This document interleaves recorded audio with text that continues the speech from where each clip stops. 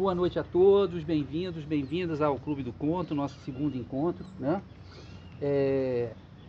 Quem nunca veio, o procedimento é sempre o mesmo. Primeiro eu apresento o autor ou autora, até agora só foram autoras, primeiro era autora e hoje também. Depois eu leio o conto e em seguida o debate se dá a partir de palavras-chave que vocês escolhem do texto, tá? Não precisa se preocupar com a palavra-chave.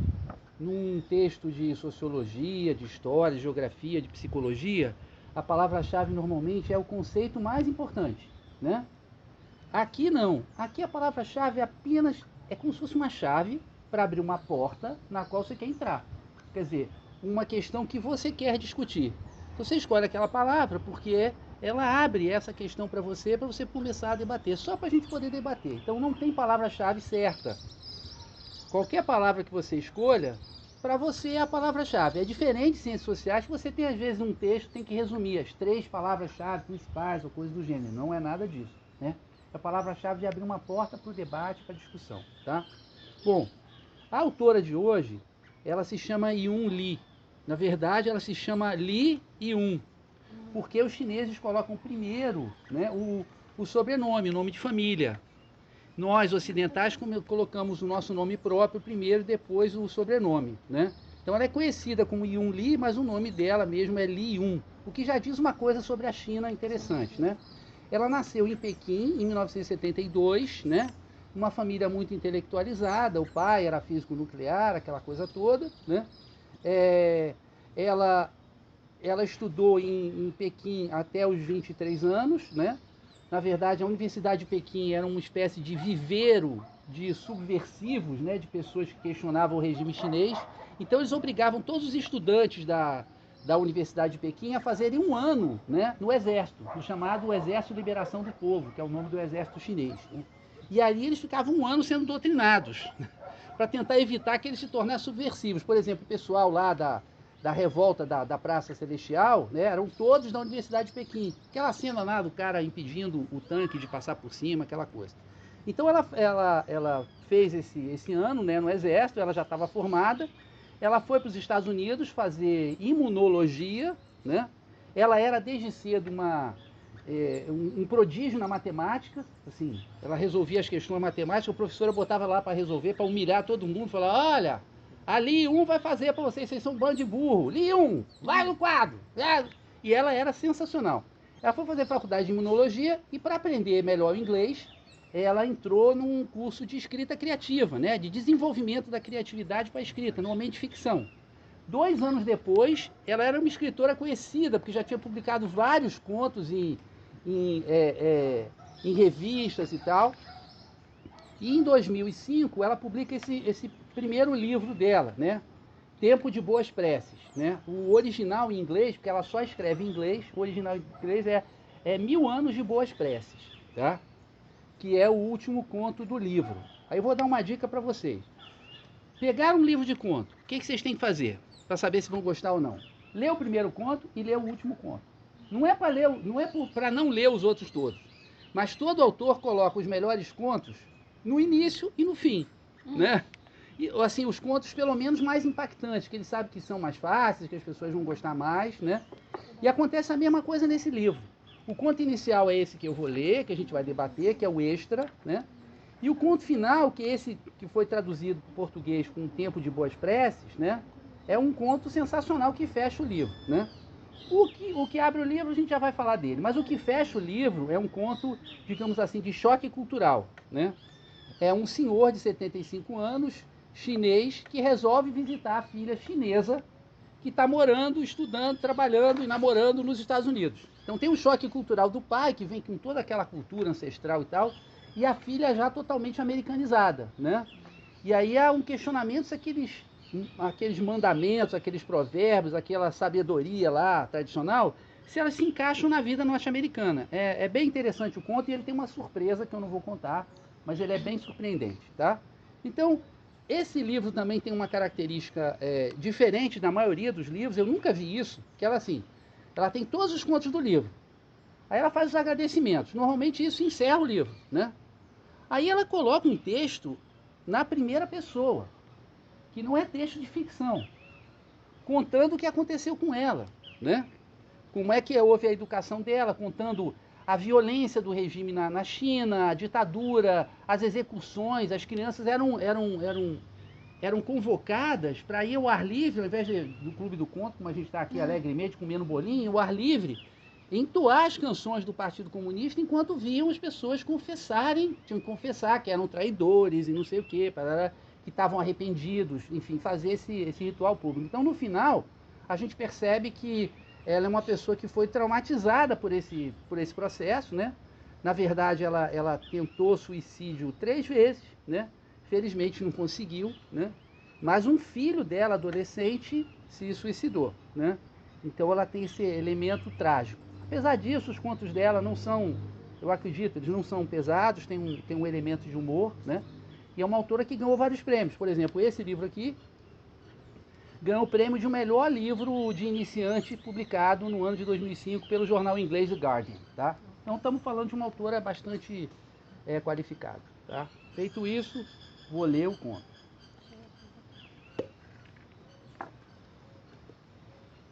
O livro é de 2005, mas esse conto é de 2003, foi publicado na revista New Yorker, né, nos Estados Unidos.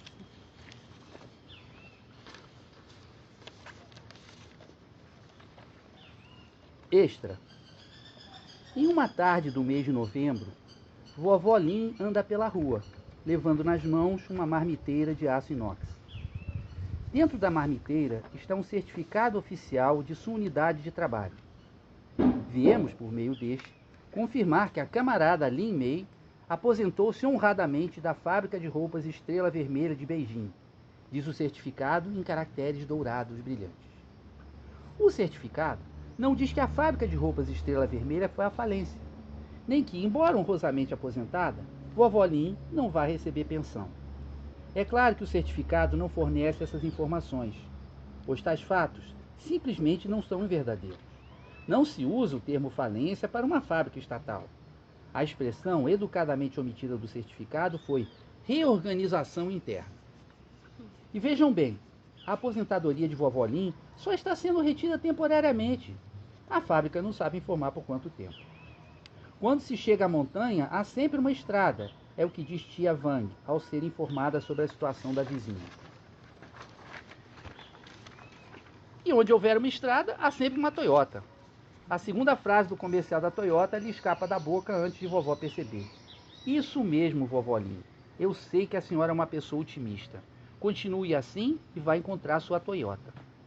Mas como é que ela vai conseguir dar um jeito de reconstruir suas economias depauperadas? Vovó Lin passa alguns dias entretida com somas, subtrações e divisões. E acaba concluindo que suas economias vão acabar dali a 1 ano, ou 2, caso ela consiga pular uma refeição aqui e outra ali, ir dormir logo depois do sol e se manter sempre agasalhada, para não ter de alimentar o insaciável braseiro com mais pedaços de carvão durante o longo inverno do norte da China. Não se preocupe, diz tia Wang no encontro seguinte das duas na feira, enquanto ambas encaram o solitário rabanete que vovó Lin comprou para jantar, roliço feito um Buda, aninhado entre as palmas de suas 2 mãos. A senhora sempre pode arrumar alguém para casar. Casar? Repete vovó Lin enrubescendo. Deixe de ser antiquada, vovó Lin, diz tia Wang. Quantos anos a senhora tem? 51. É ainda mais jovem do que eu. Eu estou com 58 anos, mas não sou tão antiquada quanto a senhora. Sabe de uma coisa? Os jovens não têm mais o monopólio do casamento. Não me faça de palhaça, diz vovó Lin. Estou falando sério, vovó Lin. A cidade está cheia de velhos viúvos. Tenho certeza de que há alguns ricos e doentes que precisam de uma pessoa para cuidar deles. Está querendo dizer que eu posso arrumar um emprego de acompanhante para idosos? Pergunta a vovó Lin. Tia Wang dá um suspiro e cutuca a testa de vovó Lin com um dedo. Use a cabeça. Acompanhante não, esposa. Assim a senhora, pelo menos, pode dar algum dinheiro quando seu marido morrer. Vovó Lin engasga. Ela nunca teve marido na vida, e essa ideia a deixa assustada. Mas tia Wang toma a decisão por ela, ali mesmo, entre 2 barracas de peixe, e não demora a encontrar um pretendente para a vovó Lin. 76 anos, pressão alta e diabetes. A mulher acaba de morrer, mora sozinha em um apartamento de 3 quartos. 2.000 yuanes de aposentadoria por mês, 2 filhos, ambos casados, com bons salários do governo, diz tia Wang, surpresa com o fato de vovó Lin não se mostrar impressionada. Vamos, vovó Lin, onde mais a senhora vai encontrar um marido bom assim? O velho logo, logo vai morrer. E os filhos são tão ricos que não vão se importar em separar um pouco das economias dele para a senhora. Vou lhe dizer uma coisa. Pelo que eu sei, essa é uma família de grande prestígio. A soleira da porta dele já ficou até gasta de tanto ser pisada por pessoas querendo organizar casamentos. De todas as possíveis esposas, porém, só a senhora os interessa. Por quê? Porque nunca se casou e não tem filhos. Aliás, vovó Lin, por que a senhora nunca se casou? A senhora nunca nos disse motivo. Vovó Lin abre a boca, mas logo a fecha. Acontece, responde ela. Não precisa me contar se não quiser. De toda forma, eles não querem alguém com uma penca de filhos e netos. Eu também não iria confiar em uma madrasta assim. Quem pode garantir que ela não vai roubar do velho para dar aos filhos? Mas a senhora é a melhor. Eu disse isso a eles. Disse que se sobrasse uma única pessoa honesta na face da terra, essa pessoa seria a senhora, vovó Lin. Por que está hesitando? Por que eles não contratam alguém para cuidar do viúvo? Pergunta a vovó Lin, pensando nos 2 filhos dele, que talvez em breve se tornem seus enteados. Não sai mais barato a longo prazo? E a senhora, por acaso, não sabe como são essas moças que se candidatam a enfermeiras? Elas são preguiçosas e roubam dinheiro, roubam maridos também quando contratadas por casais jovens. Elas deixam os velhos sentados o dia inteiro em cima do próprio cocô. Contratar uma moça assim, eca. Isso só faria o velho morrer mais depressa. Vovó Lin é obrigada a concordar que, de fato, escolher como esposa uma mulher mais velha é mais sensato. Acompanhada por tia Wang, vovó Lin se encontra com os 2 filhos e as esposas. Após uma hora de perguntas, os filhos se entreolham e perguntam se vovó Lin precisa de um pouco de tempo para pensar na proposta de casamento.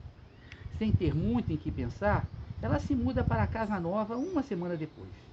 Seu marido, o velho Tang, está mais doente do que ela imaginava. Alzheimer, explica-lhe uma das noras durante seu jantar de casamento. Vovó Lin meneia a cabeça sem saber que doença é essa, mas imaginando que tem algo a ver com o cérebro. Ela ampara o marido com as 2 mãos e o conduz até a mesa, onde o ajuda a se sentar e limpa a baba de seu queijo. Vovó Lin se torna esposa, mãe e avó. Não consegue mais lembrar em que ano de sua vida deixaram de chamá-la de tia Lin para chamá-la de vovó Lin. As pessoas pensam que as mulheres solteiras envelhecem mais depressa. Mas isso não tem mais importância, porque ela se sente bastante qualificada para aquela sua posição. Toda semana, um dos filhos passa para ver como vai o velho Tang e deixa dinheiro suficiente para a semana seguinte. O velho Tang é um homem calado, que passa o tempo inteiro sentado em sua cadeira junto à janela, imerso em um silêncio abismal. De vez em quando, ele pergunta à vovó Lin sobre a esposa e, conforme a instrução dos 2 filhos, vovó Lin responde que ela está convalescendo no hospital e que logo, logo irá voltar para casa. Mas o velho Tang parece ter esquecido a pergunta antes mesmo de ela respondê-la e volta à sua meditação sem dar qualquer indício de ter escutado vovó Lin.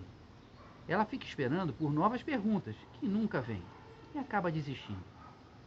Aumenta o volume da televisão e sai andando pela casa, arrastando os pés, varrendo, tirando pó, esfregando e lavando. Mas a cada dia que passa, termina as tarefas domésticas mais cedo. Então, se senta no sofá para assistir às novelas matutinas. Ao contrário da televisão de 20 polegadas que vovó Lin tinha antigamente, que a obrigava a atravessar a sala toda vez que quisesse trocar de canal, e graças à antena feita com 2 pauzinhos de aço, ela dispunha ao todo de 6 canais, o aparelho do velho Tang é imenso e oferece dezenas deles, obedecendo todos a um pequeno controle remoto.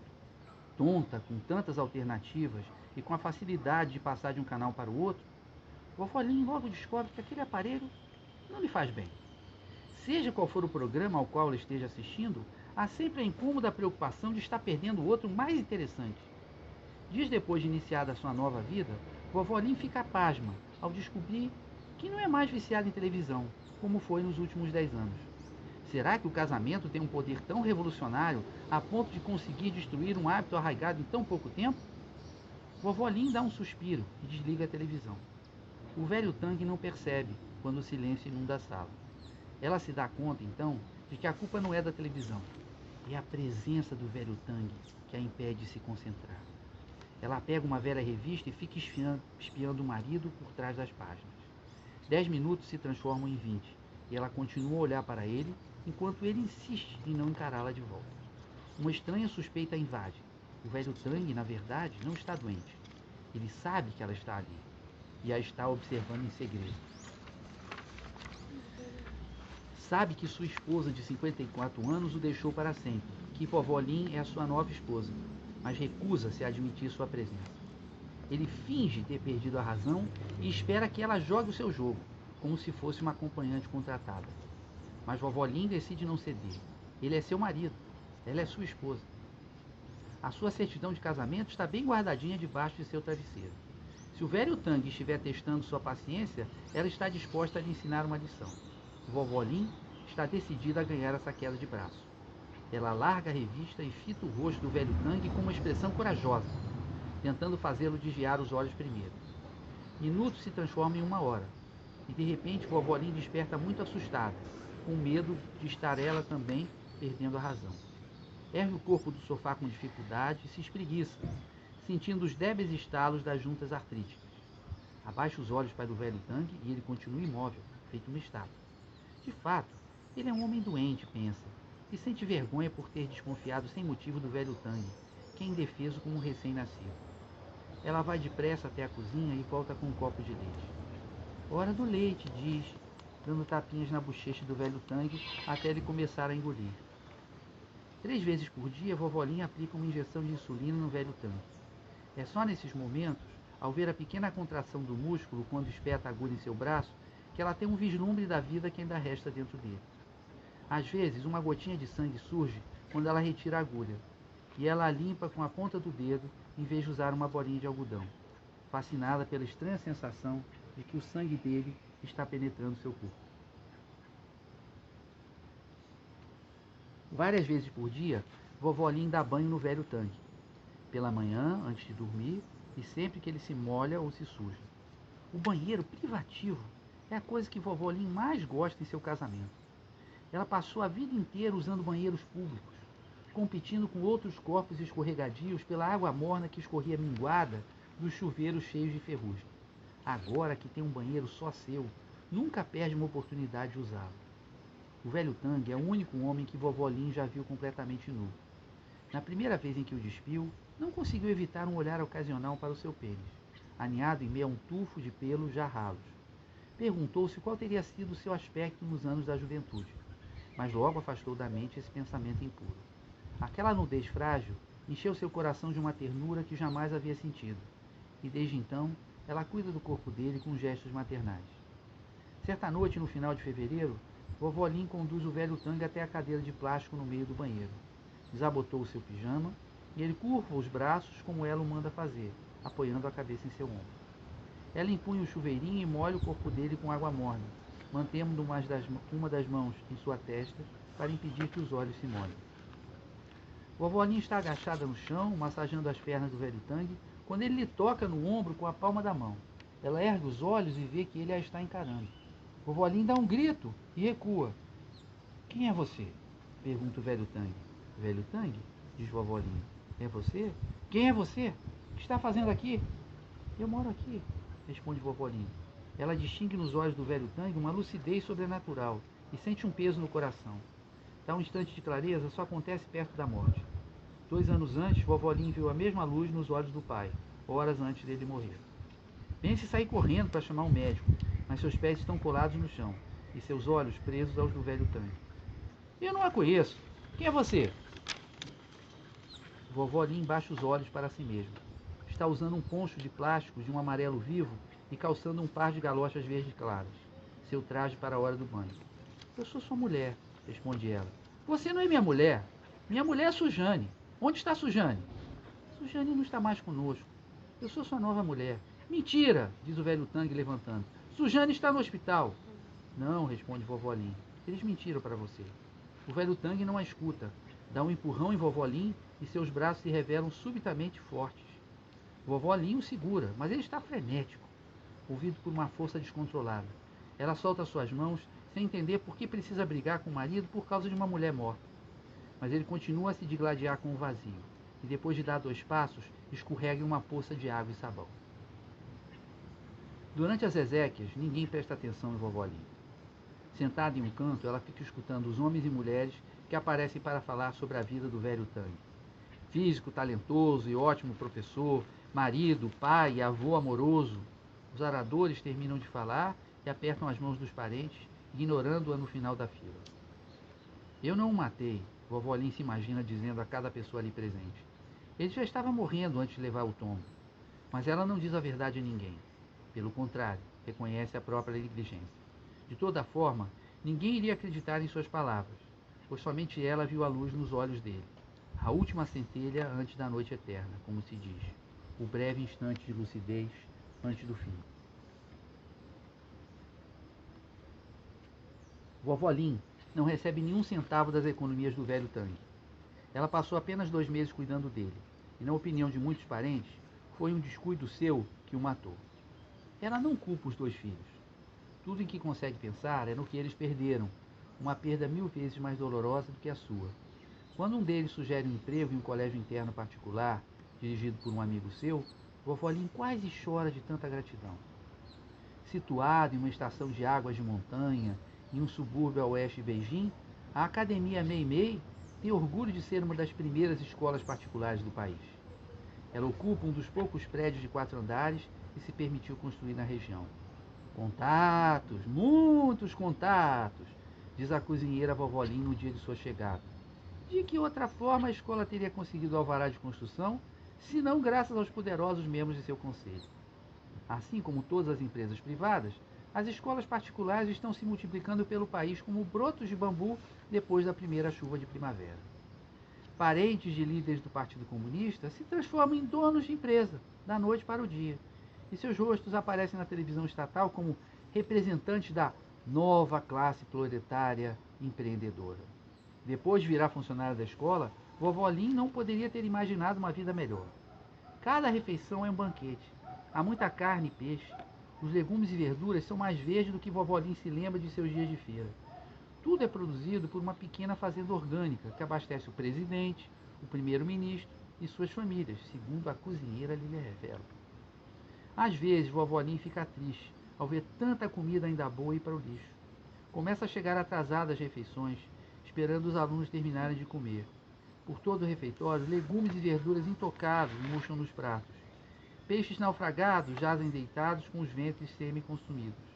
Vovó Lim enche o prato com os restos e imagina como seria bom se existisse um transporte expresso para fazer diariamente o trajeto entre a escola e a cidade, levando aquela comida que sobrou para seus antigos vizinhos. Comer uma comida tão boa assim, sem ter que trabalhar duro, é um pecado. Além de suas atribuições principais, lavar roupa e fazer a faxina dos dormitórios, vovó Lim assume outras tarefas.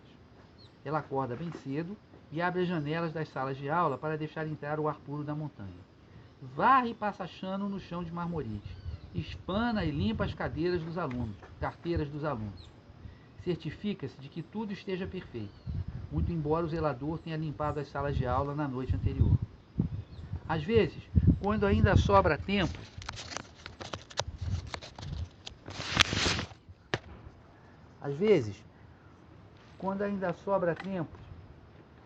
antes do sinal que desperta os alunos, ela sai da escola e vai dar uma volta pelas montanhas. Sente a névoa matinal úmida sobre a pele e os cabelos, e pássaros que ela nunca viu na cidade cantam em coro. Nessas horas, vovó Lim mal consegue acreditar na própria sorte. Os anos passados na fábrica agora parecem um sonho distante, e ela não se lembra mais como era a vida quando caminhava em meio ao esmogue matinal cuspido pelas fornalhas de carvão, e pechinchava na feira por verduras e legumes inchados por agrotóxicos. Muitas vezes vovó Lim colhe uma braçada de flores silvestres em seus passeios. Orquídeas de montanha, brotos de cerejeira perolados, florezinhas cor de jade. Arruma os buquês em vasos para as 6 turmas, um vaso para cada série. Mas uma delicadeza dessas raramente dura além do primeiro tempo. Meninos de todas as idades travam batalhas usando as flores como projéteis. O menino que beijar as flores é chamado de maricas. Meninas das séries mais adiantadas arrancam as pétalas das flores e formam um montinho, que enterram no pátio da escola. com dedos impiedosos e rostos tomados por uma triste seriedade. A escola está crescendo. A cada mês chegam mais alunos novos. Vovó Lin fica pasma com a riqueza dos pais, com a facilidade com que pagam a matrícula de 20.000 yuanes e outros 20.000 para o primeiro ano de ensino, acomodação e alimentação. No terceiro mês da estadia de Vovó Lin, a escola celebra seu 100º aluno com um banquete. Kang, o menino que tira o número da sorte, tem 6 anos de idade. Ao contrário dos outros alunos, originários da cidade, ele veio de uma província próxima. Poucos dias depois de chegar, todos os professores e funcionários já conhecem a sua história. O avô de Kang era líder de uma grande comuna popular em sua província natal, e seu pai tornou-se um dos empreendedores agrícolas mais importantes da China. Pensei que os fazendeiros gostassem de educar os filhos em casa, diz vovó Lin à senhora Du, uma supervisora do dormitório, enquanto as duas procuram meias mal cheirosas debaixo dos colchões. Elas praticamente ficam em pé e andam sozinhas. É como a senhora Du descreve as meias duras que já foram usadas vezes demais. Não quando o filho é de uma esposa caída em desgraça, responde a senhora Du. Um extra. É isso que o menino é. Os pais são divorciados? Quem vai saber? Mas o pai tem outra mulher. Lá isso tem. Ou então uma concubina. Que diferença faz? A família não precisa mais da mãe do menino. E o menino também tem que desaparecer. Pensar naquele menino tão pequeno, ocupando tão pouco espaço no mundo, mas que mesmo assim atrapalha os outros e precisa desaparecer, deixa a vovó Lin triste. Ela começa a procurar o menino no meio dos outros. Suas roupas, das mesmas marcas que as dos outros alunos, nele parecem cair mal. São largas demais, novas demais, estilosas demais e não tem a ver com ele, da mesma forma que ele não tem a ver com a escola. Seu rosto e suas mãos sempre parecem precisar de água e sabão. Mas depois de a própria vovó Lin lavá-los várias vezes, é obrigada a admitir que isso não é culpa do menino, nem da supervisora do dormitório. Na segunda semana, Kang começa a ir à lavanderia à tarde, durante o horário reservado às atividades livres. Vovó, o que é isso? Pergunta ele certo dia, enquanto vovó Lin massageia suas bochechas com loção hidratante para beber. Uma coisa que vai transformar você em um menino da cidade, responde vovó Lin. Vovó, onde a senhora mora? Eu moro aqui. Mas antes de vir para cá, onde fica a casa do seu marido? Vovó Lin passa alguns instantes pensando. Na cidade, responde ela. Como é a cidade? Minha mãe disse que iria me levar para ver a cidade. Onde está sua mãe? Pergunta a vovó Lin, prendendo a respiração e tentando fazer o coração bater com menos força. O menino não parece notar. Em casa. Na casa do seu pai? Na casa do meu avô. Quem mora na casa do meu pai é minha mãe nova. Como é a sua mãe nova? Ela é bonita? É. Ela é boa com você? É.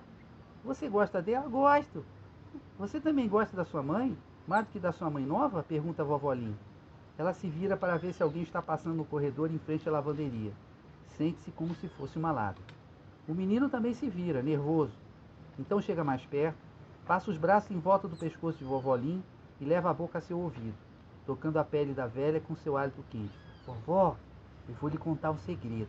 Não conte para ninguém. Não vou contar. Minha mãe disse que um dia viria me buscar. Quando? Ela disse que seria em breve. Quando foi que ela disse isso? Antes de a minha mãe nova chegar. Quando foi isso? No ano passado. E desde então, você viu sua mãe alguma vez? Não, mas ela disse que viria logo se eu não deixasse meu pai e minha mãe novos zangados, responde Kang. Vovó, a senhora acha que os seguranças vão deixar ela entrar quando ela vier? Tenho certeza que sim, responde vovó Lin. O cheiro do menino é uma mistura de loção hidratante para bebê, roupas recém-lavadas e suor limpo. Isso faz vovó Lin pensar no velho Tang depois do banho. Como é bom o cheiro de alguém querido. Pensar nisso deixa vovó Lin com a boca seca. E ela sente os braços do menino ao redor do seu pescoço, quentes e pegajosos. Nas tardes de sexta-feira, o estacionamento em frente ao portão da escola fica lotado de carros de luxo. Motoristas e babás aparecem, e às vezes até os próprios pais.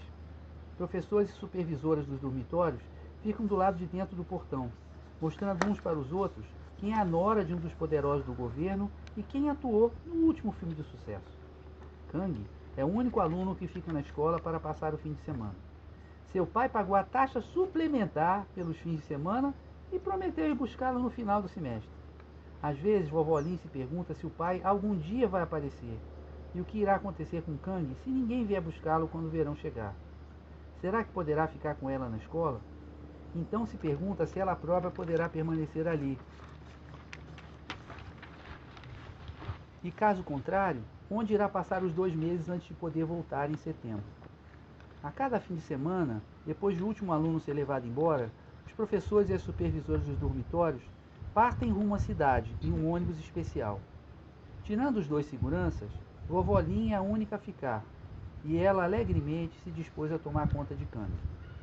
Os 2 ficam em pé, lado a lado, junto ao portão da escola, acenando para o ônibus. Ambos suspiram de alívio quando este desaparece.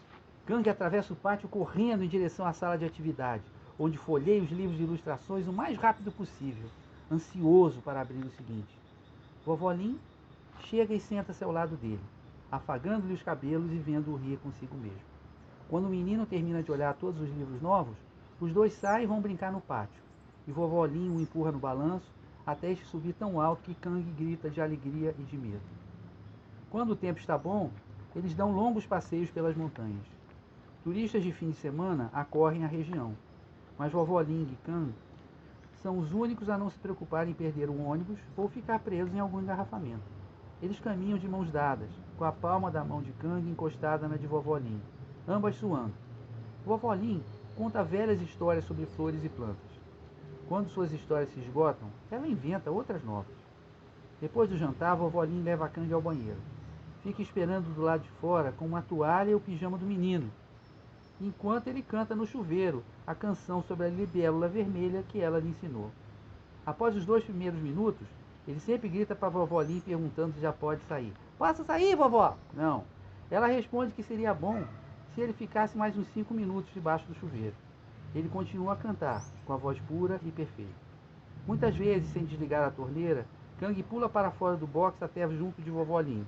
Ela finge surpresa e grita, e ele ri e sai correndo antes de ela conseguir enrolar a toalha em volta de seu corpo molhado.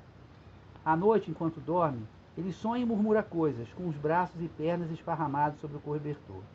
Vovó Lin ajeita as cobertas por cima dele e passa um longo tempo a contemplá-lo, sentindo brotar dentro de si uma ternura desconhecida.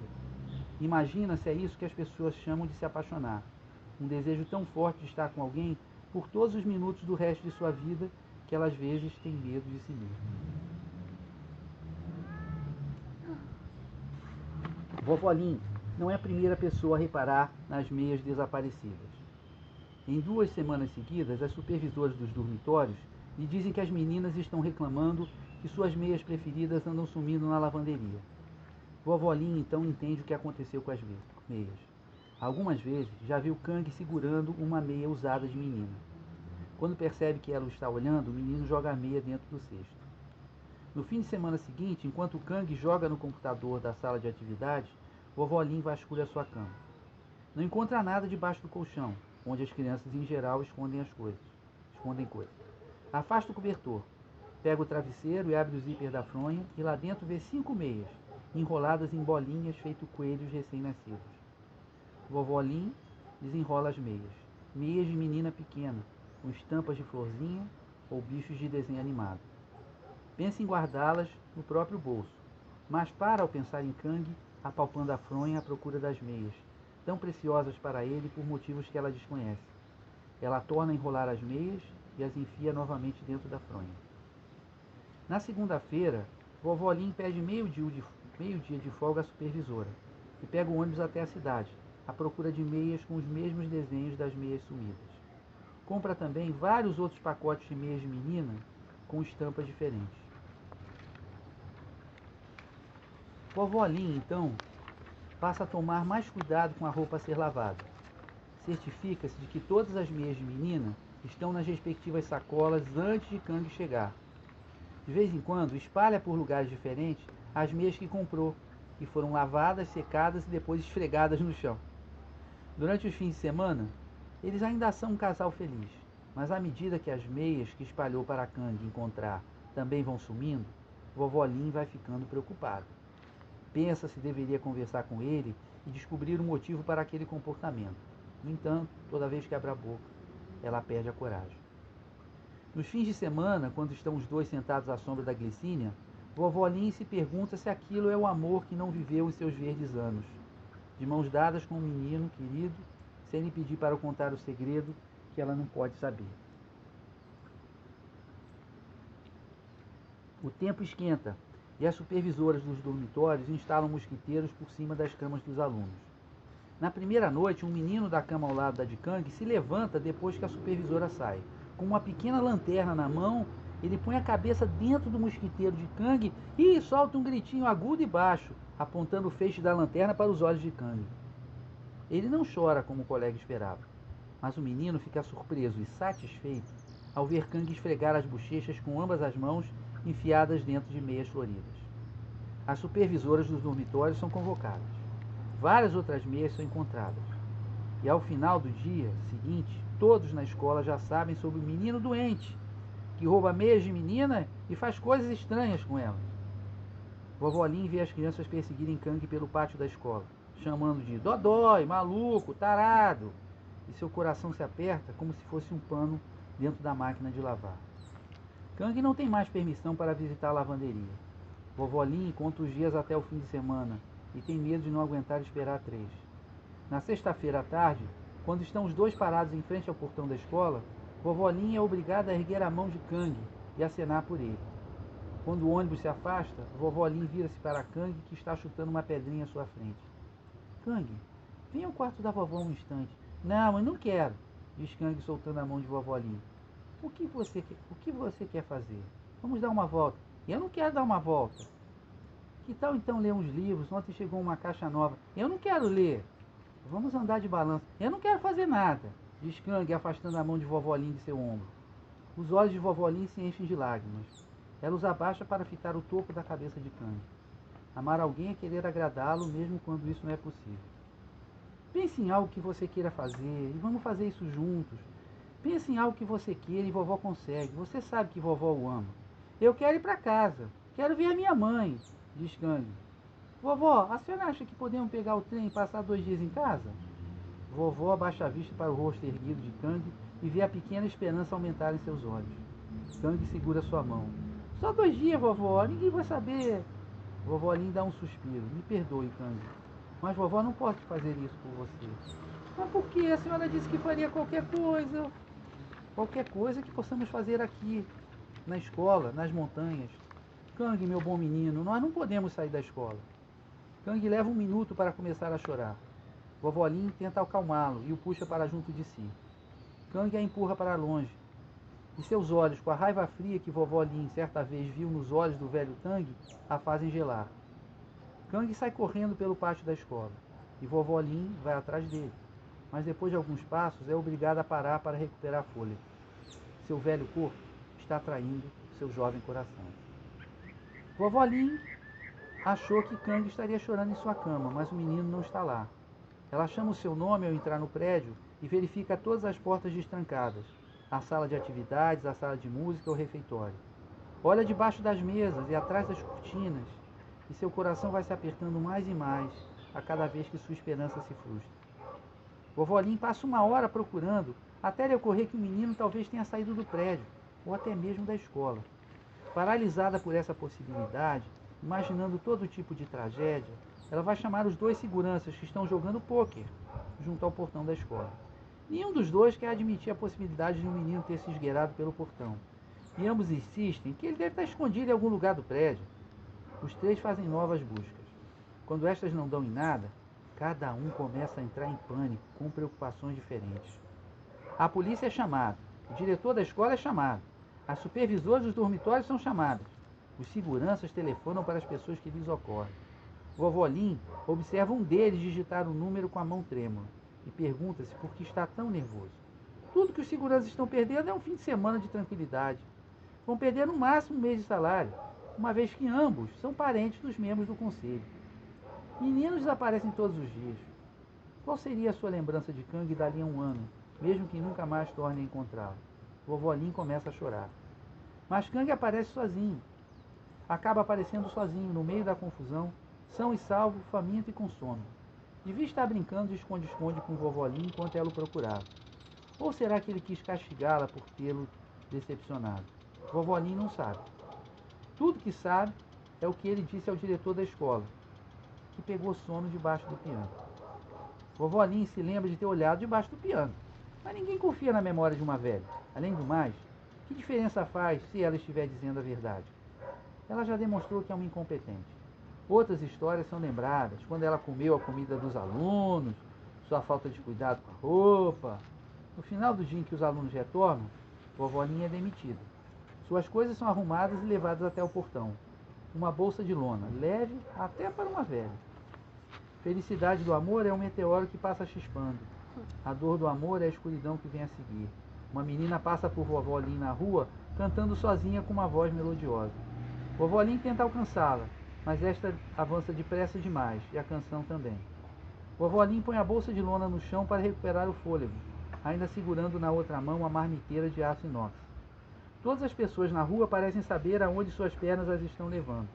Vovó Lin se pergunta quando deixou de ser uma dessas pessoas. Alguém passa correndo por vovó Lin e a empurra com força pelas costas. Ela titubeia e, antes de cair, consegue ver de relance a mão que a empurrou.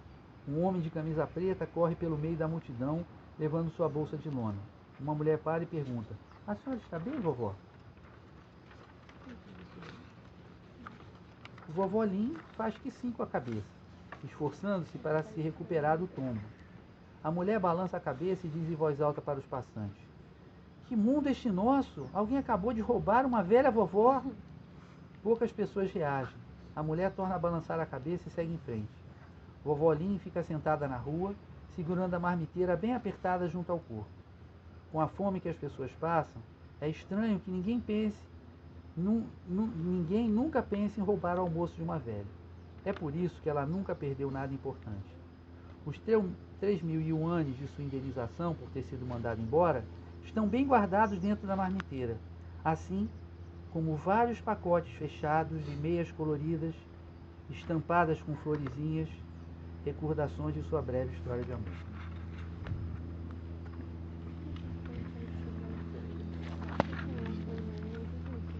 Que apareceu um novo integrante. Ele gostou da vovó Lin. Bom, agora então vamos ter uma rodada de palavras-chave. Se vocês não pegarem nenhuma palavra-chave, não tem nenhum problema, principalmente quem está vindo pela primeira vez. Se quiserem tentar, também está ótimo. Eu vou começar aqui que é sempre bom ir pela esquerda, né? Melhor do que a direita. E porque essas duas aqui já são veteranas da outra sessão, então com certeza elas têm uma palavra-chave. Com certeza não. Nenhuma das duas tem? Então vou passar para você. Não, só se apresentem para a gente, todo mundo saber o nome de todo mundo. Meu nome é Maria Fernanda. E é minha segunda vez no Clube do Conto. Conheço o Sebo pela Prof. Flávia. Perfeito. Então você estuda psicologia. Faço psicologia também. Meu nome é Júlia e eu também faço psico com a Mafê e sou aluna da Prof. Flávia. E é a segunda vez que eu tô aqui no Clube do Conto. Enquanto isso, vocês vão tentando achar a palavra-chave que a gente volta a vocês. Por favor. Eu sou Fernanda, a gente vem de Itajaí, sou supervisora escolar. Pra mim, vou dizer o que eu achei da palavra. Claro. Dizem que página tá para a gente pegar o contexto da palavra. Pra mim, a palavra-chave aqui aparece em muitas partes. Tá a ótimo. parte da questão do amor. Tá bom. Essa parte me pegou muito forte na questão, principalmente na última parte, onde ela se pergunta se aquilo é o amor. Aí a palavra amor foi uau. Porque aparece de muitos contextos diferentes, de muitas formas diferentes. E eu gostei disso.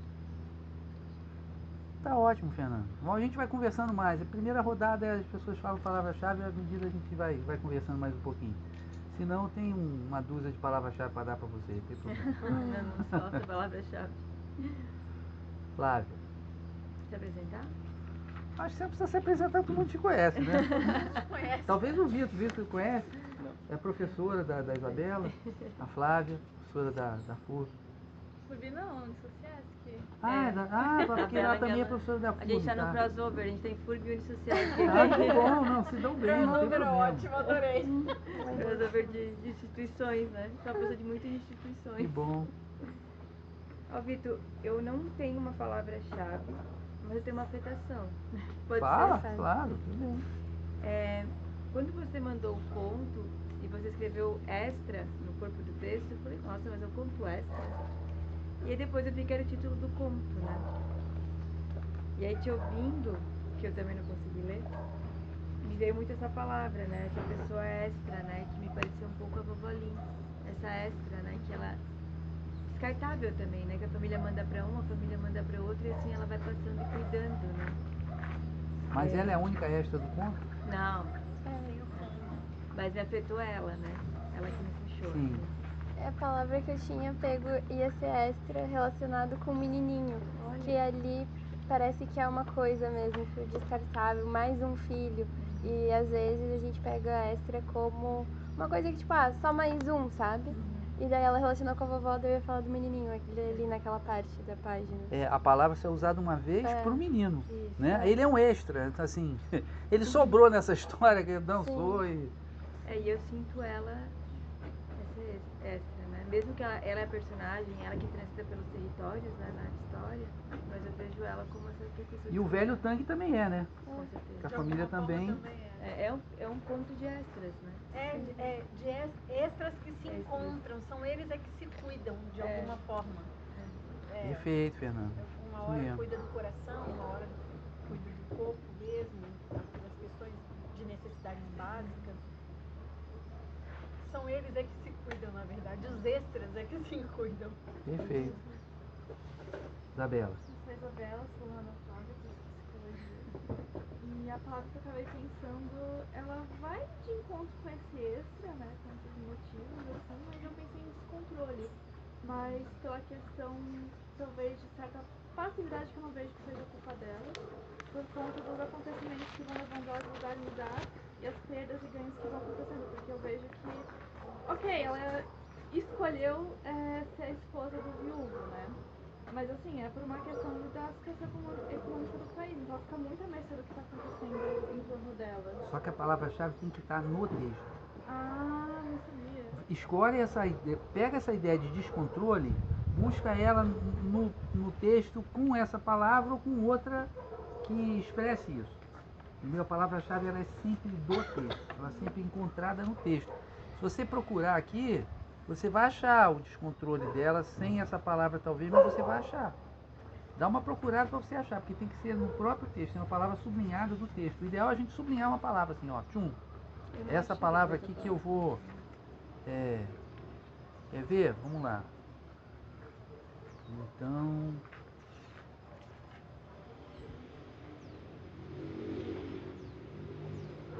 vamos ver onde é que poderia aparecer aqui. Né? Eu acho que não tem essa palavra no texto. Então essa palavra não aparece, não pode ter uma outra palavra que substitua, que mostre essa situação.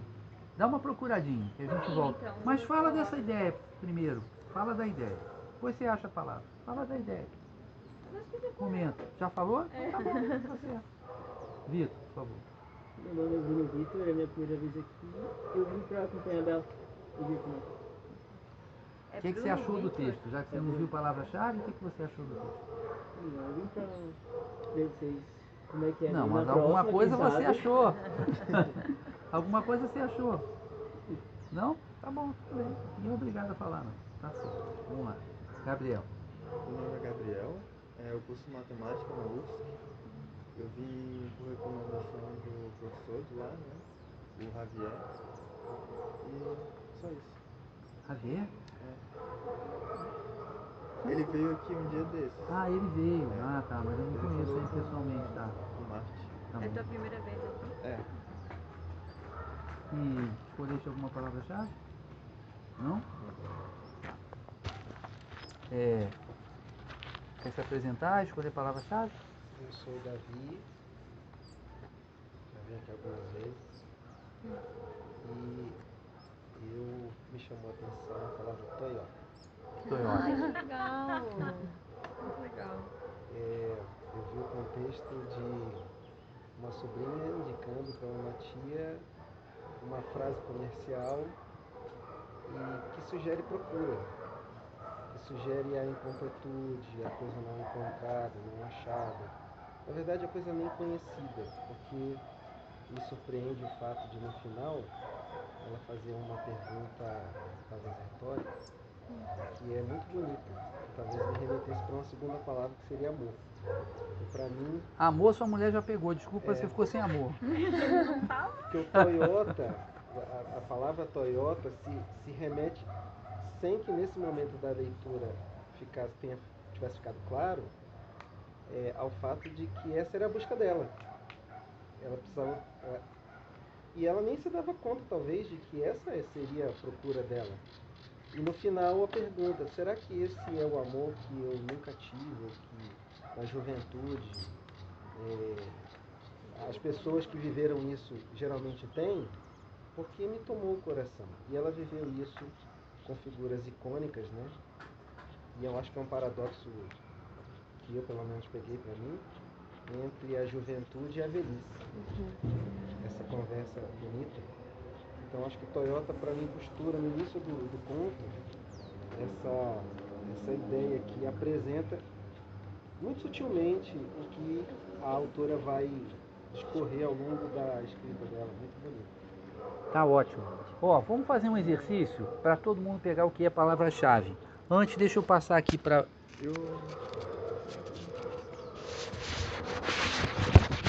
Para você acompanhar mesmo. Ela também representou unis sociais, porque a gente ficou 2 unis sociais e 2 por. Você quer falar?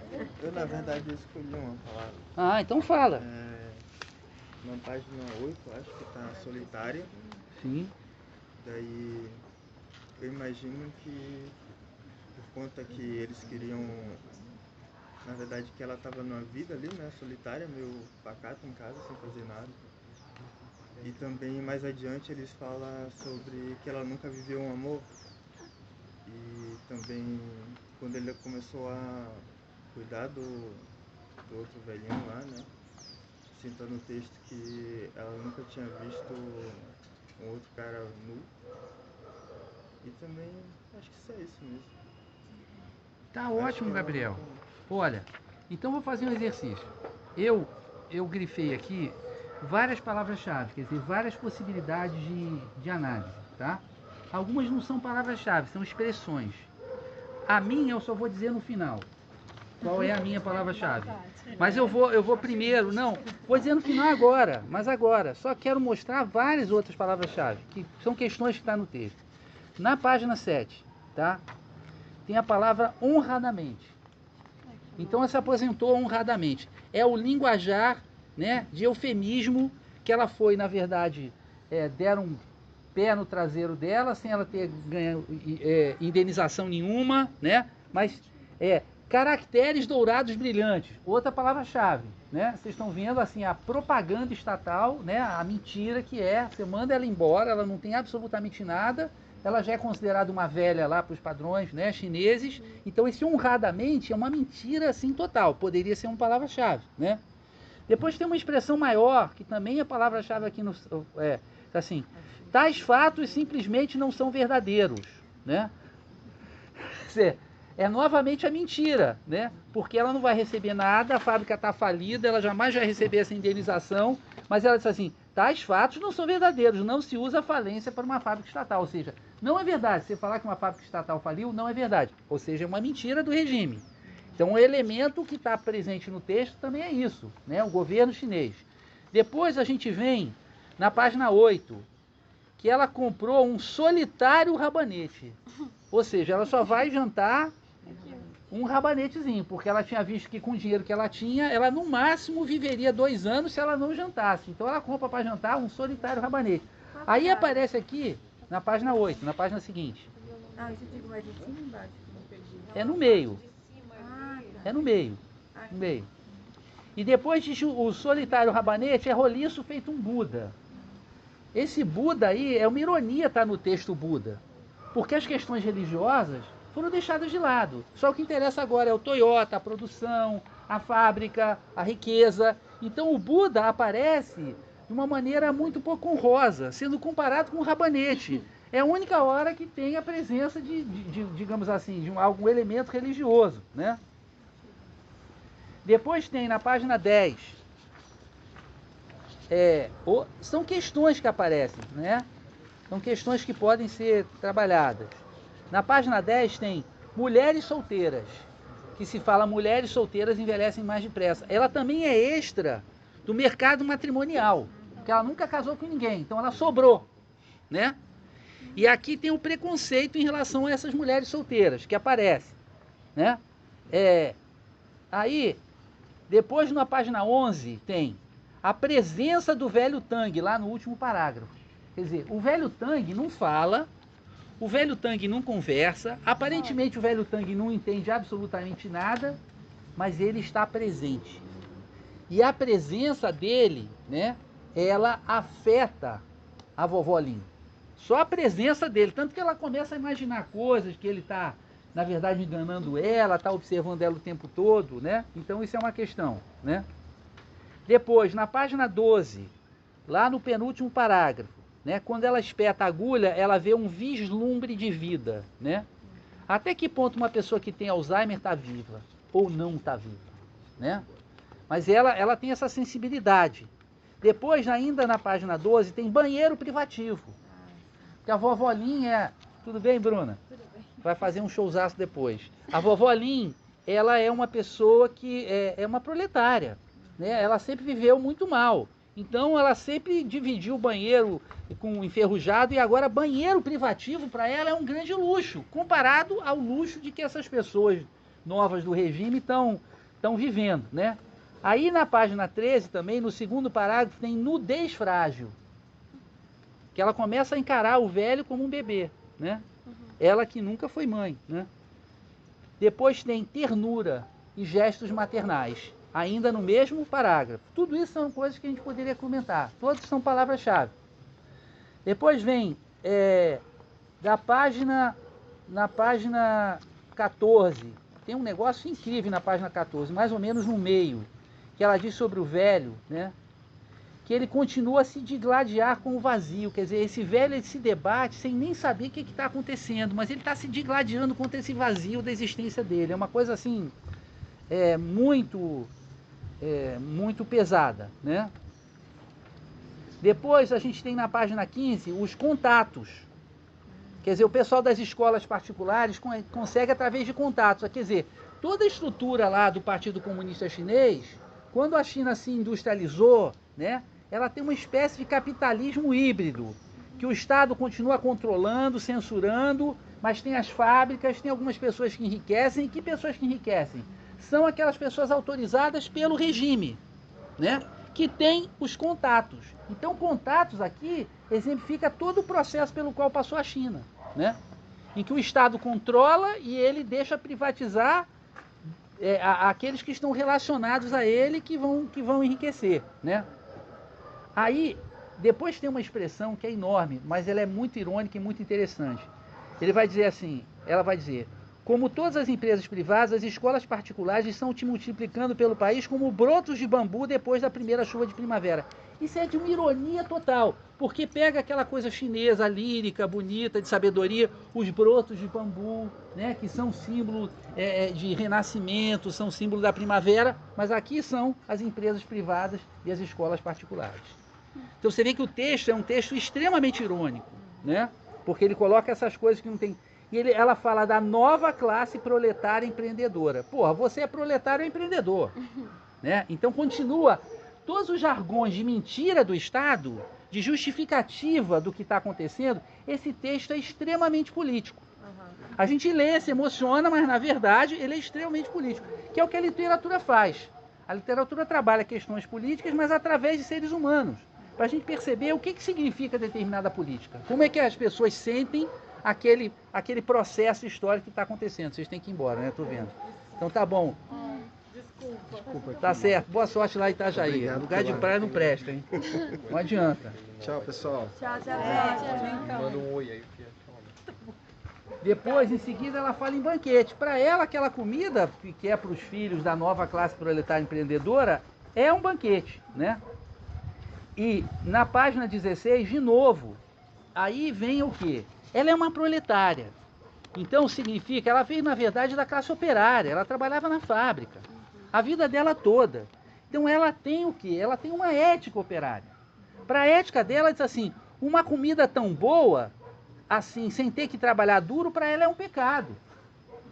Para ela é um pecado, ela veio da ótica da classe operária. Então você podia pegar a palavra pecado, que aqui está totalmente despida de uma conotação religiosa, e perceber que é pecado do ponto de vista da ética da classe trabalhadora de verdade. Não esses empreendedores que estão posando de classe trabalhadora, né? E ela diz assim, ainda no final do primeiro parágrafo, ela não se lembra mais de como era a vida quando caminhava em meio ao smog matinal, cuspido pelas fornalhas de carvão, e pechinchava na feira por verduras e legumes inchados por agrotóxicos. Quer dizer, a realidade, de um lado come legume orgânico, que é bonito, do outro lado ela comia agrotóxico. É um texto, na verdade, de... Ela só recentemente que deixou que os textos dela em inglês fossem traduzidos para o chinês. Porque ela sabia que isso aí ia pegar fogo. Aí tem as crianças, né? As crianças, assim, vocês vão me desculpar, mas... Posso cariocar o negócio? Filho de filha da puta, quase sempre é filho da puta. Porque vai ser educado por um filho da puta, vai ser filho da puta. Ele pode escapar disso, mas normalmente ele vai. Então aquelas crianças são um bando de filho da puta. A verdade é essa. Que eles são da nova classe empreendedora, o que eles fazem com as flores? Os meninos pegam e usam as flores para brigar. Mas menino nem se fala, né? Menino é menino, não precisa nem ser filho de filha da puta, já é menino. Mas assim, as meninas pegam pétala a pétala, arrancam e enterram. E com dedos impiedosos. Esses dedos impiedosos aqui é fundamental, porque esses dedos impiedosos são os dedos dessa nova classe proletária empreendedora, entendeu? Dos empresários, do pessoal que enriquece, enquanto está o pessoal lá na fábrica se estrepando. Esses dedos impiedosos são uma imagem assim, incrível, incrível, porque eles mostram que esse processo é um processo impiedoso. E aquelas crianças já aprenderam a ser impiedosas, né? Elas já aprenderam a ser más, né? E já aprenderam a achar que tudo que dão para elas, nada demais, eu mereço isso. Eu quero comida boa, eu quero flores, eu quero não sei o quê. Eu enterro a flor, eu jogo a comida fora, eu faço o que eu quiser. Eu sou dona do mundo, o mundo está feito para mim. À vontade. Eu acho que isso que você está falando vai muito quando ela coloca para o Kang, né? O que você quer? Eu posso fazer tudo. E aí ele pede algo que ela obviamente não pode fazer e ele faz essa birra toda que ele faz, né? Acho que ali também fica muito nítido essa criança que tu comenta, né? Que essa criança que quer o que ela quer e ponto. Mas desculpa, Flávio, mas nesse caso não. Tu acha que não? Não. Porque o que o Kang quer é a mãe dele. Sim. Então ele não está pedindo tudo. Não é porque ela não deu o que ele queria. É porque aquilo que ele quer, a única coisa que ele quer, ele não é um menino que nem os outros. Né? Tá. Ele não é. Tanto que ele desenvolve uma coisa assim, né? De pegar a meia, de não sei o quê, vocês são psicólogos, vocês sabem que, né? Essa parte eu Mas ele, né, ele desenvolve uma coisa diferente, porque ele não se sente bem. Quer dizer, aquelas roupas... Ele é um menino, na verdade, do campo. A história é a seguinte, né? O pai dele se deu bem numa empresa dessa, não sei o quê, foi para a cidade junto com a mulher. A mulher era do campo, o menino era do campo. O pai se deu bem. Assim que ele ficou rico, ele despachou a mulher e despachou o menino. E o menino, então, ele é um filho do que era antes um camponês, né? Lá é um caipira. Ele chega naquela escola do pessoal que é da cidade, de Pequim, de não sei o que, ele não se sente bem. Então ali não é porque ele quer tudo, não é porque ele é um menino do tipo assim, eu quero tudo, tem que me dar o que eu quero, não, porque ele quer a mãe dele. É a única coisa que ele tem no mundo, é um abrigo que ele tem no mundo. Então esse menino é o contrário desses outros, né? Porque ele some. E me parece um pouco de birra esse negócio dele sumir também. Mas aí ele é uma criança, ele não sabe, ele está desesperado, não tem comparação com os outros, mas ele não é esse que vai fazer jogar a flor e vai jogar comida fora. Que vai ser o carro luxuoso, né? Não é? Ele até podia ficar que nem os outros, né? Aí a gente tem exatamente na página 17 a palavra um extra, né? Que você ia escolher, que dá o título ao livro, que é o menino, né?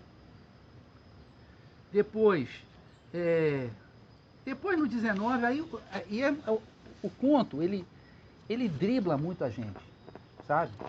Porque esse conto, ele parece um conto piegas, né? Parece um conto assim de emoção excessiva, que é feito quase que para a gente chorar, né? Para a gente se emocionar. Mas, na verdade, o conteúdo dele é todo político. Ela usa essa história cheia de emoção para politizar esse processo de transformação pelo qual está passando a China, né? Que é um processo que estão aumentando as desigualdades. Então, os extras estão se multiplicando. As pessoas que não são mais necessárias, que são descartáveis, como a Flavinha disse, né?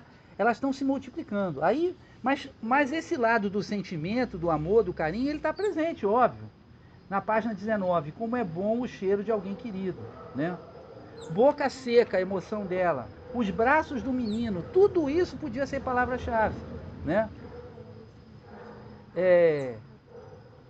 Enfim, agora tem várias outras, meio usada, coelhos recém-nascidos, né? Assim, tem muita coisa aqui que dá. Não, tem uma que eu gosto muito. Seu coração se aperta como se fosse um pano dentro da máquina de lavar, né? Isso é perfeito porque a experiência dela na escola era de lavar roupa, né? Então se faz aqui uma metáfora que não é uma metáfora que tem o objetivo de ser bonita, enfeitada, né? Mas é uma metáfora que a gente fica imaginando realmente a máquina de lavar, aquele massacre que ela faz com a roupa, tchum, tchum, tchum, e era o coração dela. Agora vem a minha palavra-chave, tá? Porque já cansei vocês demais. A minha palavra-chave é uma palavra que aparece no início e no final e que dá todo o sentido do texto. É marmiteira. Essa é a palavra-chave, entendeu? Não tem palavra mais chave que marmiteira. Quer dizer, por mais que roubem ela, falam, mas ela nunca perdeu nada porque ela botava tudo dentro da marmiteira. A marmita é o maior símbolo do trabalhador proletário, porque ele não pode pagar pela comida, então é um símbolo ali da sobrevivência dela, quer dizer, é aquele coração de metal dela que ela carrega para tudo quanto é lado. E ela botou dentro da marmiteira também vários pacotes fechados de meias coloridas, estampadas com florezinhas, recordações de uma breve história de amor. Mas marmiteira é o símbolo da classe proletária que está sendo absolutamente massacrada, né? Mas vocês viram quanta palavra-chave tem? Alguém falou Toyota? Falou, o Davi. Então vamos lá, Márcio. Mas comenta, ele não comentou. Comenta você. Ele comentou, mas você também pode comentar. Vamos lá. A Feline também não Então, enfim, Toyota como símbolo de algo, né? Porque seria a frase toda, né? Quando se chega à montanha, sempre uma estrada. E onde houver uma estrada, sempre uma Toyota. Porque, enfim, as coisas sempre... Ela sempre chega na montanha, né? Ela é demitida. Ah, então agora tá. Então vamos te casar, né? Tem uma solução. Aí o marido falece. Aí ela tá no olho da rua. Não, mas tudo bem, a gente tem uma nova estrada para ti, que é a escola, né? Aí ela é demitida da escola. Não, tudo bem, eu tenho a minha marmita, né? Eu dou um jeito em alguma coisa, né? Enfim, essa coisa da, não sei, a persistência dela, ou essa coisa assim, as coisas acontecem, mas enfim, sempre tem algum tipo de saída ali, né? Esse trecho é de novo um contraste, Martin, entre a sabedoria antiga da China, né? Que seria quando se chega à montanha há sempre uma estrada, né?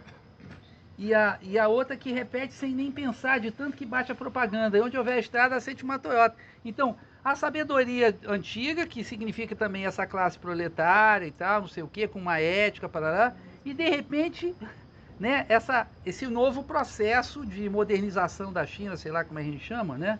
De capitalização da China, não sei, não entendo disso. E onde houver uma estrada, há sempre uma Toyota. Quer dizer, a Toyota literalmente, que nem esses SUVs, né, que tentam passar por cima dos carros da gente quando a gente anda, né? A Toyota, ela literalmente passa por cima dessa sabedoria antiga. Entendeu? Ela passa por cima de tudo que se falava antes, do Buda, de não sei o quê, de classe proletária, de ética do Partido Comunista, de igualdade. A Toyota passa por cima de tudo. Porque esse processo novo pelo qual a China está passando, ele produz o quê? Escola particular, tarará, tarará. Não, tem filmes que mostram isso, assim, tem bairros e cidades inteiras da China construídas com casa igual às casas americanas. Porra, mas se a China começar a consumir que nem os americanos consomem, o mundo acaba em 15 minutos. Quer dizer, se a proposta for essa, né? Na minha época de escola, 1/4 da poluição mundial era causado pelos Estados Unidos, né? Agora eu vi a última estatística, 27% é China. Estados Unidos caiu para 15. E a China já passou, o anterior que era 25, passou para 27. Né? E os 25 dos Estados Unidos viraram 15, né? Porque os Sim. Estados Unidos não diminuíram. Sim, sim. Não, tem um amigo meu que ele é engenheiro civil. E ele é doido por engenharia civil. Quando ele se formou, ao invés dele arrumar um emprego no Rio de Janeiro, né? Que ele morava lá nessa época, ele arrumou um emprego para ser um engenheiro de uma barragem no Maranhão. Era lá no interior do Maranhão. Era ele e 200 operários. É um cara muito simpático e tal, ele sobreviveu. Mas imagina tu mandar aí 200 operários numa barragem lá no interior do Maranhão. Tinha que viajar não sei quantas horas para ir para uma cidadezinha lá no fim de semana. Aí ele foi para a China, que recentemente ele se tornou um executivo da Ipiranga, não sei o quê, e ele ia na China vender, ou comprar, ou trocar, ou sei lá o que ele ia fazer lá, mas enfim, ele foi. Cara, e quando ele contou para eu falei, mas como é que é a China, Caldeirão? Ele falou assim, ele arregalou o olho e falou assim, Vitor, eu nunca vi isso. Aí eu falei assim, mas tu nunca viu isso o quê? Vitor, eu nunca vi isso. É construção para tudo quanto é lado. Você anda, é construção, construção, construção. E esses processos de construção, assim, a gente não ouve essas histórias, mas assim, tem dezenas de revoltas todo ano das aldeias. Porque o cara chega numa aldeia e fala, vamos tirar a aldeia daqui, que vamos construir uma fábrica, vamos construir não sei o quê. E pega e manda os caras para a cidade lá, para morar e não sei onde. Então é um processo de uma violência absurda. Aí eu queria discutir assim, a capacidade que a literatura tem, que a gente nunca estaria falando disso. Né? Vamos reunir para conversar sobre as mudanças na China. Quem é que ia aparecer? Nem eu. Né?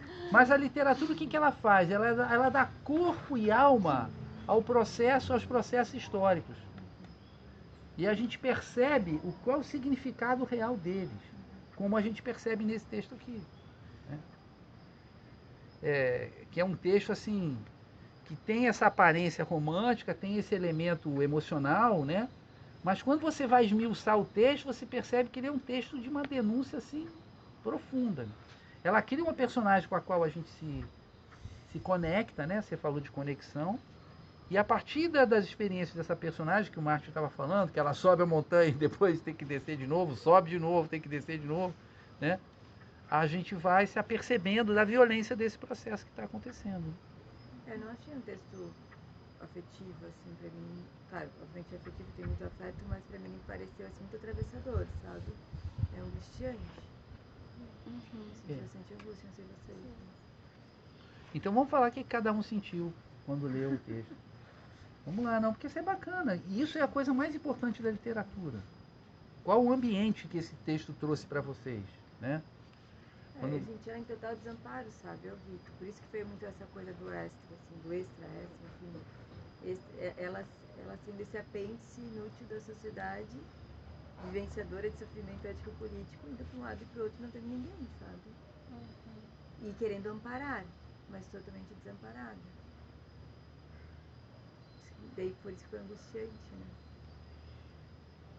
né? Como eu sou um menino de 12 anos, o personagem que mais me tocou foi o menino. Óbvio! Aí quando eu falo do menino que te defendeu, você depois defendeu o menino, né? Eu, porém, abandonou ela. Claro que sim. Aproveitei e fiz voz de menino e tudo. É o corpo que lê, né? Não é a mente, é o corpo que lê. E vocês? Vamos lá. Então, eu acabei lendo do meu trabalho, porque sem tempo, né? Faculdade. Culpa da Flávia e seus milhões de trabalhos. Então, no caso, eu acabei não tendo tempo de sentir nada, digamos assim. Então, não teve sentimento, mas o que teve mais, que me pegou mais no texto, na verdade, foi bem a situação de onde ela morava, sabe? Por tantas coisas acontecendo, e era isso que me impulsionava as coisas que acontecendo na vida dela. Porque, por exemplo, se não tivesse a falência da empresa, ela jamais teria mudado de vida. Então, pra mim, o que me pegou mais no texto foi isso, assim, não foi nem os personagens. Claro, o menininho chamou a atenção, realmente, né? Por causa que, enfim, criança e aquela coisa mais ingênua. E eu vou discordar da parte de que tem crianças filhas da puta e meninos diferentes, pra mim toda criança é filha da puta. Mas tá bom, eu vou concordar com isso. Vou concordar que algumas a gente dá pra deixar pior. Porque, assim, eu lembro do meu tempo de escola e as crianças eram um bando de arrombada, sabe? Eu já estudei com crianças no caso de uma classe mais baixa, né? Mas assim, não era nada também muito baixo, mas estava baixo, sabe? Mas eu também já fui pra escola particular, mas aí no caso foi no ensino médio, então acho que o pessoal já estava mais evoluído, né? Então não foi uma coisa ruim. Mas eu lembro que, por exemplo, no meu tempo de escola, tipo, as crianças eram horríveis. Eu concordo com você. Concordo. Mas tem uns que são piores. Colegas meus, ex-alunos que dão aula em escolas particulares, de gente mais rica e tal, todos eles dizem que as crianças são insuportáveis. Que as crianças apontam assim e falam, ó, você é meu empregado. Assim, então realmente as crianças têm um momento, né? Experimentam tudo, fazem tudo e tal, fazem muito bullying, faziam comigo também. Mas, mas eu me vingava. Eu tirava 10, fazia a prova rapidinho, ia embora, mandava beijinho pra todo mundo. Me vingava do meu jeito. Mas existe um certo tipo de criança que é produzida por uma classe mais alta que está acostumada a ter tudo. Isso estraga mais a criança, entendeu? E muitas vezes esses pais são ricos e tal, não se interessam em educar, em estabelecer limite. Não sei, eu tenho essa impressão, mas eu estou falando de uma maneira só, não tenho como provar nada. Né? Eu acho que faz sentido você falou. Mas esses colegas que davam aula nessas escolas, todos eles reclamavam nesse sentido. Né? E assim, eu dei aula pra gente que morava em favela e tal, e fui extremamente respeitado. Eu era um garoto, eu tinha 21 anos quando eu entrei para sala de aula. E eu tinha uma turma ótima, porque não dava problema. Mas minha não é. experiência foi completamente contrária. Eu acho que eu tive uma experiência, então. De exceção. Não, tudo bem. Mas isso aí não dá pra eu provar. Eu falei. Por isso que eu falei que era carioca, que eu tava cariocando. Que eu tava, resolvi jogar um negócio assim. E essa parte aí pode cortar que não tem problema. A minha mas parte. assim, eu já conheci uma professora e ela estava contando exatamente dessa experiência, assim, de que escola particular realmente os alunos, acho que ela dava aula para ensino médio, que os alunos eles eram bem babacas, assim, bem nesse nível, tipo, porque ela também empregada, você que paga o seu salário, e na escola pública não tinha esse negócio. Então, realmente. Bom, eu nunca dei aula numa escola dessa, assim, de gente rica e tal. Também não posso falar de experiência própria, mas enfim. Gabriel, o que é que o texto se passou em termos de emoção quando você leu? Nada, Não sentiu nada? O cara é matemático, não tinha equação, não tinha raiz quadrada, equação de segundo grau. Você já deve fazer equação de quinto grau, nem sei se existe isso, mas não sentiu nada. Vamos lá. Fernanda. Eu lendo o texto, eu tive uma sensação, não sei, de solidão pela mulher, porque assim como o menino, ela não tinha pra onde voltar, sabe? Igual a Flávia comentou, ela meio perdida naquela coisa, daí perde emprego, daí vai pra casa, daí o cara morre, então tipo um monte de problema e ela não tinha quem recorrer num sentido tipo de afeto mesmo, assim, sabe? Igual o menino que queria voltar pra mãe. Ela também não tinha pra onde voltar. Ótimo. Então, vendo, eu acho que é por isso que ela se relaciona ali com o menino, porque eu acho que tem esse senso de identificação, porque assim como ele não podia voltar pra mãe. Ótimo. E ela no texto nem fala pra quem ela poderia voltar, sabe? Ótimo. E o velho Tang não sabia nem onde ele estava. Exatamente, então. Perfeito. Júlia, por favor. Eu acho que indo pra esse mesmo lado, eu achei desconfortável em algumas partes por essa questão do desamparo, né? Que ela tinha, que o menino tinha e que o próprio velho Tang também tinha. Então essa questão de desamparo mesmo que teve em todo o conto, assim. Tá ótimo. Martin.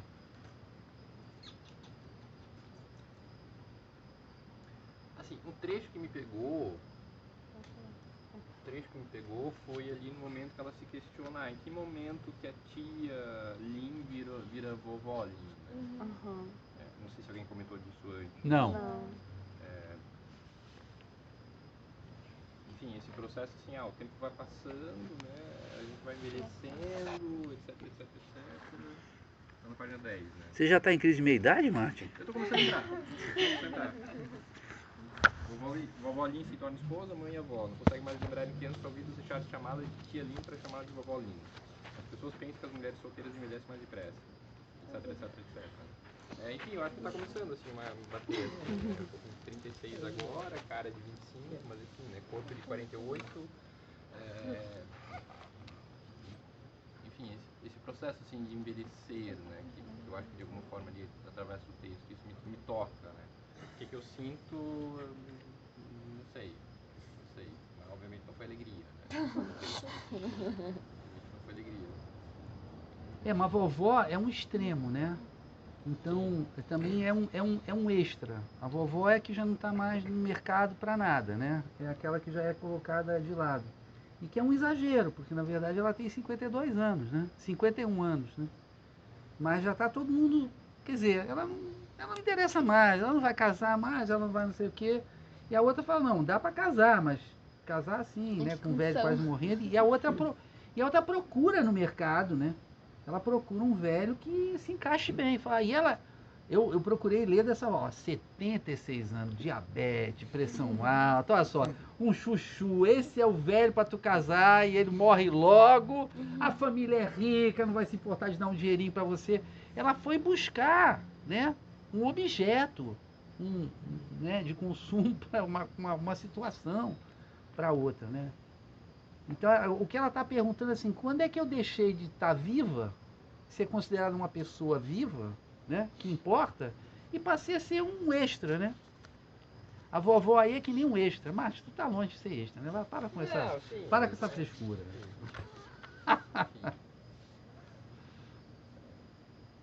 É isso. Você tem 36, né? Eu tenho 63, exatamente o invertido. Tô nem aí. Tô nem aí, vou viver até o último dia e dane-se. Pode botar o rótulo que quiser, eu vou estar vivo. Acabou. Interessa. Bom, gente, muito obrigado. Espero que tenham gostado. Que da próxima vez o Vitor se manifeste. Né? Mas te agradecer por ter vindo. Ótimo ter vindo. E a todos. E nesse mês não foi no primeiro sábado, porque o Martin e a Flavinha viajaram para a Disneylândia no dia 1º. Mas no próximo mês vai ser no primeiro sábado, que eu não sei que dia que cai, mas vai ser no primeiro sábado, então eu mando o texto para vocês. Já tem e-mail de todo mundo, né? Tem e-mail da Isabela, ela passa para o Vitor, se quiser passar o e-mail do Vitor também, se me passa, que eu envio. Já tem do Gabriel, não, tem, né? Você me mandou um e-mail, já tem de vocês duas, do Martin. Se a Bruna quiser, depois manda um e-mail para mim. Que aí eu mando o texto para você. 6 de julho. Não, para vocês, lógico. Tem até mais aqui. Sou um eterno otimista. Nem vou falar o número de cópias que eu fiz, senão vocês vão rir de dar gargalhada. Quantos? 30. Não, 50 também. Obrigado, gente.